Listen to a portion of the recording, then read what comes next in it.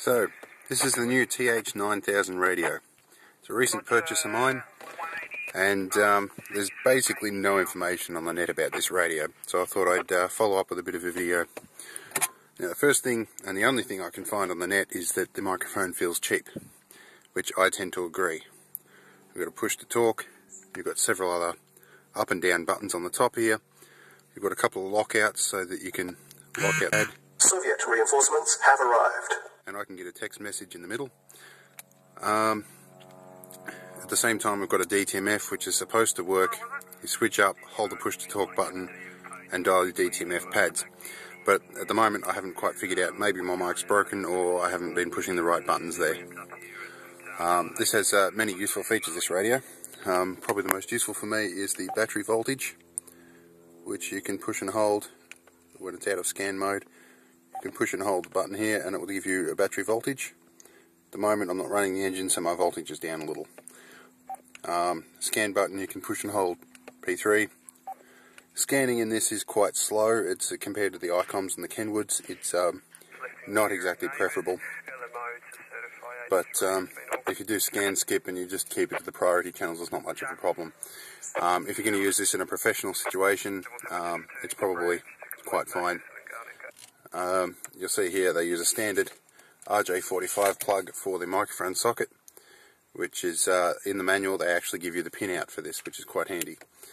The other thing you'll have here is the data port. This is a standard 3-pin 3.5mm socket, wired much the same way as the Kenwood and ICOMs, as the same data cables work for it. So it's basically a ground, a TX and RX to a serial adapter. That was the bit that cost me. You will find on the net there's a lot of the ones that list a TYT programming cable as a 2-pin. That's not correct for this. You just need the single pin.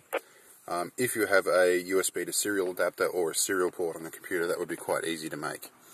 You'll find on these radios there is quite anything you can do with the programming software you can do through the radio itself. This one actually features backlight color changes. You've only got the three. You've got red, blue or purple. A little quirk of this radio I found is that when you turn to purple and you turn the colour down, the blue lighting obviously has a higher forward bias, so it turns red as you turn the intensity down. However, not much of a problem for me because I mostly use blue. So we can go back there. So it's a very nifty little radio.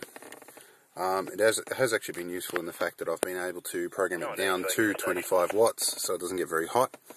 Obviously these are a 50 watt capable radio. I'm in Australia and they've just recently received the new 80 channel system, so I can go 0, 80, 0. So as you'll notice here, I've got 80 channels in UHF.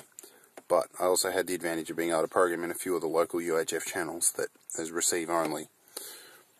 So it's kind of useful in that regard. I've actually fitted a speaker mic to mine, and I've put a switchable to a speaker under my bonnet. So when I'm camping and such, and I want to hear a call come in, I can hear it come out from under the bonnet. But all in all, it's been a very good purchase for the price I paid for it. The entire radio, including the front panel, is cast, so it feels very hefty. The only thing that feels cheap is really the microphone. If you're using a traditional microphone bracket like my old one was, you need to be aware that you've now got a loop, so you might need to change your mic bracket. I get around that by just hooking it over that. I'll re-engineer something at a later date. This radio's only been in a few days. But all in all, it's been a very reasonable purchase. One thing to keep in mind, this does draw between about 12 and 18 amps if you're going to transmit on full power, so you'll need some decent wiring direct to your battery. For some of you that have actually bought one or have seen the other videos of these, you'll find there's two sockets on the back. There's one next to your speaker output. That one's designed to connect to your accessories so that the radio will shut down.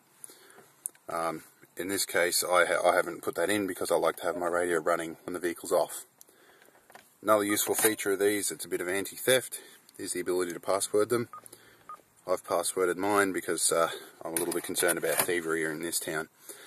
But all in all, a very good purchase. I'd recommend it to other people that want a cheap programmable radio.